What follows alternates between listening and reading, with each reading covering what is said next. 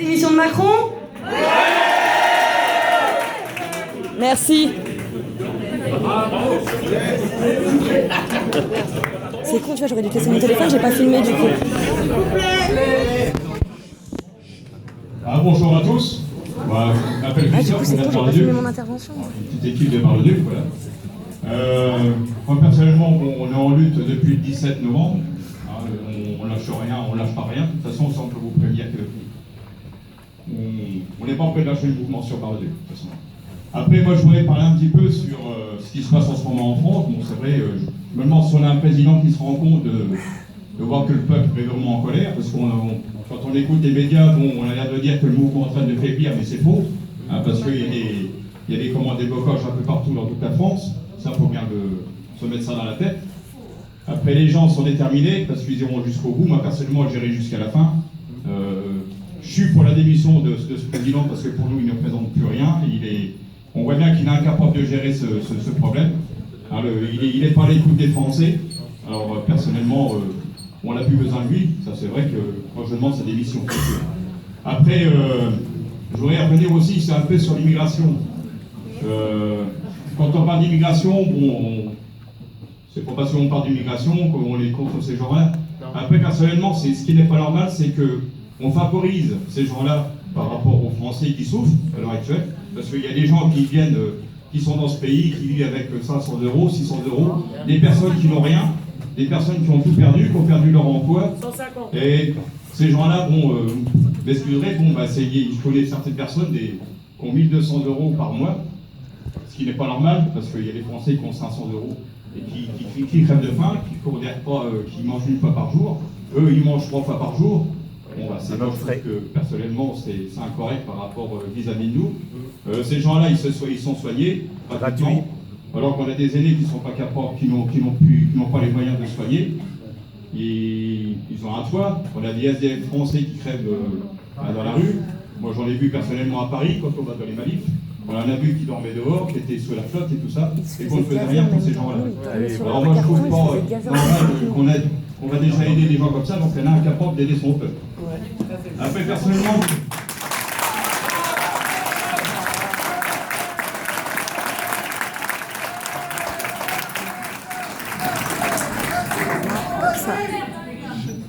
Après, je voudrais aussi revenir sur l'effort qu'on demande aux Français. Bon, c'est vrai qu'on demande tout le temps la même chose, qu'on demande de faire des efforts tout le temps aux mêmes personnes.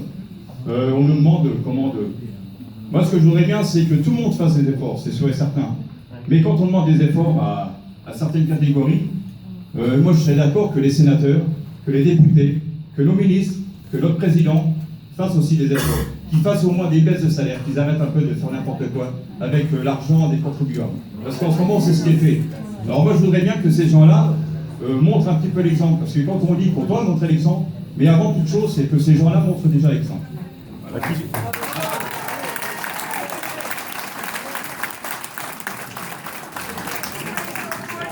Ils ne peuvent pas changer la vaisselle et puis... Après, je voudrais aussi parler des manifs qui ont été faites à Paris depuis un petit moment. Ça fait la 5e qui aura lieu samedi. Nous, avec Gilles, on en a fait déjà 2. Bon, 2 qui ont été, on va dire, c'est vrai que quand on va à Paris, la première que j'ai faite, ça s'est passé correctement parce qu'on n'a pas été interpellé. Après, la deuxième qu'on a faite, c'était samedi dernier. On a été traités comme des chiens, comme des terroristes. Parce qu'il faut savoir que quand on est rentré, quand on est parti à Paris, on a été déjà interceptés à côté de Vitry-François à Coul. Pour certains, ils ont été interceptés à Chalon avec l'arme sur la tempe. On serait ce qui s'est passé. on était morts. Bon, oui, sérieusement, oui, ça, de toute façon, ça je peux vous l'affirmer. Nous, on a été arrêtés par des gendarmes, on était un convoi de 6 voitures, il y avait quand même 40-50 gendarmes d'hélicoptères qui étaient au-dessus, et puis plus mitraillettes à la main et tout ça, et compagnie. Alors que je m'aperçois qu'on est incapable d'arrêter un fichier S.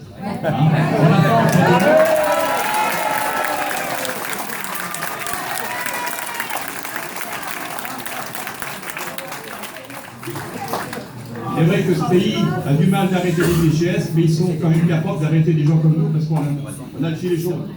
Personnellement, je suis fier de porter ce gilet jaune là. Nous, on n'a pas de sang sous les mains à l'heure actuelle. Alors, il faut savoir aussi, il faut dire à ce président qu'on n'arrêtera pas ce conflit, malgré ce qui se passe. On ira manifester à Paris, c'est sûr et certain. On ne dira pas comment on fera, on ne dira pas comment on ira, parce que de toute façon, on sait qu'on est surveillé. De toute façon, on a des porteurs, mais on ne parlera plus par porteur parce qu'on est surveillé par ces gens-là. Après, le fichier S, quand on veut les arrêter, on peut les arrêter. De toute façon, on est capable d'arrêter les gilets jaunes, alors pourquoi pas ces gens-là. Après, je voudrais revenir sur ce qui s'est passé sur Paris. Après, bon, quand on a réussi à passer les barrages, on l'a été garé sur Bercy. On l'a fait, on va dire, aller à peu près 300 mètres. Bon, arrivé à 300 mètres, il y avait un barrage de CRS, on s'est fait matraquer. Personnellement, moi j'ai été matraqué. Après, j'ai rendu les coups aussi, parce que je me laisse la faire. J'étais avec mon fils, c'est pareil. Après, on a été intercepté, parce qu'on a été pris dans une souricière, on a été intercepté, on a été traités comme des bandits, comme des terroristes. Parce que derrière ça, on a été mis en garde à vue. Pour certains, ont été mis en garde à vue, déshabillés complètement, parce que bon, ils sont sortis à 23h, ils ont été déshabillés complètement, ils ont été fouillés. Après nous, on a été simplement mis en interpellation. À partir de 10h du matin, on est ressorti à 14h. Et puis, bon, on a été manifesté quand même. Donc, c'est pour ça qu'il nous faut arrêter. On ira jusqu'au bout. Voilà. Mais on va dire qu'on a un président qui ne comprend pas son peuple et qui, personnellement, maintenant, il a fait une chose à faire, c'est démissionner. C'est un bon pied,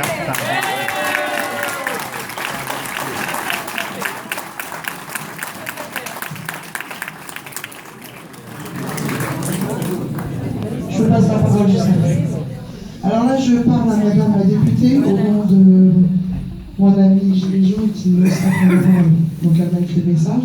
Madame la députée, vous dites que l'âge de la retraite ne changera pas. Pourtant, dans les projets de M. Delevoye, au commissaire à la réforme des retraites, il est dit qu'il pourrait y avoir un âge pivot et qu'un malus serait mis en place comme pour les caisses AG et ARCO. Ensuite, sur notre fiche de paye, on note un gain de pouvoir d'achat, mais cela est dû au fait que les charges ont été diminuées. Donc, que va devenir notre sécurité sociale et nos services publics?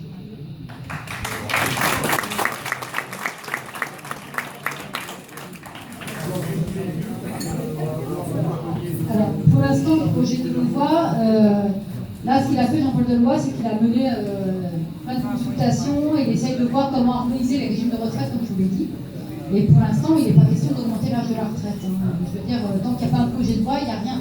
Pour l'instant, c'est des consultations et il émet plein d'hypothèses et tant qu'on n'a pas mis ça dans une loi, ça n'existe pas.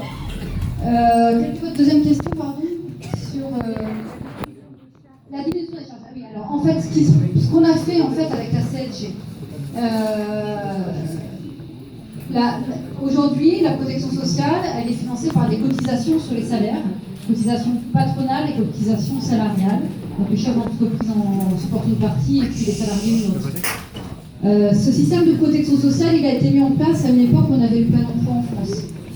Et on n'avait pas de chômage et on avait beaucoup d'actifs. La population a vieilli, on a de plus en plus de retraités et puis on a un chômage qui a augmenté. En réalité, le système de financement de la protection sociale, il était en perte depuis des années et surtout, il était mis en péril sur le long terme. Donc ce qu'on a fait, c'est que là, on a réorienté une partie du financement de la protection sociale, des charges, vers la CSG. Alors la CSG, on a beaucoup parlé de la CSG sur les retraites. Mais la vérité, c'est que la CSG, ça avait été mis en place justement pour augmenter la base de prélèvement de cotisation pour la protection sociale. Et pourquoi? Parce que la CSG, elle tape tous les revenus, et y compris les revenus fonciers, y compris les produits financiers, les dividendes, les intérêts, les assurances vie. Donc en fait, ce qu'on fait quand on bascule une partie de la protection sociale des cotisations vers la CSG, c'est que là, on va frapper la manne des produits financiers. Et ça, je peux vous dire que moi, en tous les cas, c'est quelque chose que je trouve normal, que les produits de la finance participent au financement de la protection sociale. Alors ça a frappé aussi les retraites, c'est là qu'il y a eu un problème. Donc on a eu beaucoup de débats, voilà. Là aujourd'hui, de toute façon, moi je pense qu'il était trop bas, ce seuil de 1200. On va le relever à 2000 € pour l'augmentation. Alors d'où il sortait le seuil? C'est qu'en dessous de 1200 € de retraite, les retraites étaient soumises au taux réduit de CSG. Donc ce taux réduit, on ne l'a pas touché. Mais cela étant, on a mis 1,7% de plus sur les autres revenus, dont les retraites. Donc là, du coup, on augmente le seuil pour que toutes les retraites en dessous de 2000 € ne soit plus. Et là, du coup, ça fait des millions et des millions de retraités qui ne seront plus touchés par la hausse de la CSG. Ouais, alors attends, le calcul il se fait par foyer fiscal. Voilà. Oui, alors oui, mais dans le revenu fiscal, les personnes qui aujourd'hui étaient au taux réduit, c'est des personnes qui étaient à un revenu mensuel de moins de 1 200 €. Je crois que c'est inférieur à 22 400. Tout à fait, c'est 22 000. Tout à fait. Et alors évidemment, si vous avez notamment des revenus fonciers en plus, eh bien dans ce cas, vous étiez au-dessus du seuil. Donc là, la mesure, elle est très claire. C'est en dessous de 2 000 €. Là, ce sera en dessous de 2 000 € de retraite. Il n'y aura pas de hausse de la CSG. Non, mais la CSG, elle est depuis 20 ans, 30 ans même, il y a la CSG. La CSG, je vous l'ai dit, c'est un moyen de financer massivement la protection sociale à un moment donné où vous avez moins d'actifs, vous avez plus de chômage, vous avez plus de retraités. Voilà. Et nos chers sénateurs qui viennent de se voter une petite loi pour plus la payer, c'est normal. Nos petits sénateurs qui viennent de se voter une loi. Attendez juste, c'est une dame là-haut sur le plan. On n'a pas entendu.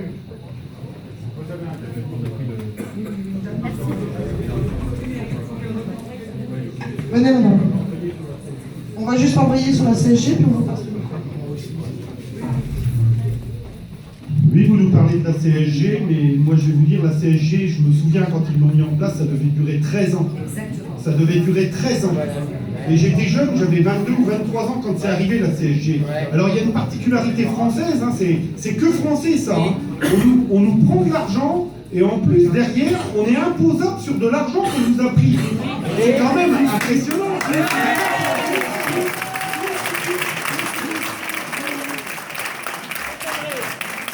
Vous savez, la CSG, le CRDS, vous supprimeriez des payes des gens, eh ben, on retrouverait du pouvoir d'achat et systématiquement les gens, s'ils peuvent acheter, il y aurait de la TVA qui rentrerait dans les caisses de l'État. Et la TVA, au lieu de la garder dans les caisses de l'État, vous pourriez la redistribuer à la sécurité sociale ou dans d'autres organismes, mais arrêtez de prendre l'argent sur les salaires des gens. La CSG, mais c'est le honte de payer des trucs comme ça, la CSG, le CRDS, c'est le honte. C'est une honte, en plus on est imposable sur une partie de la CSG. Mais c'est pas vrai, c'est la vérité.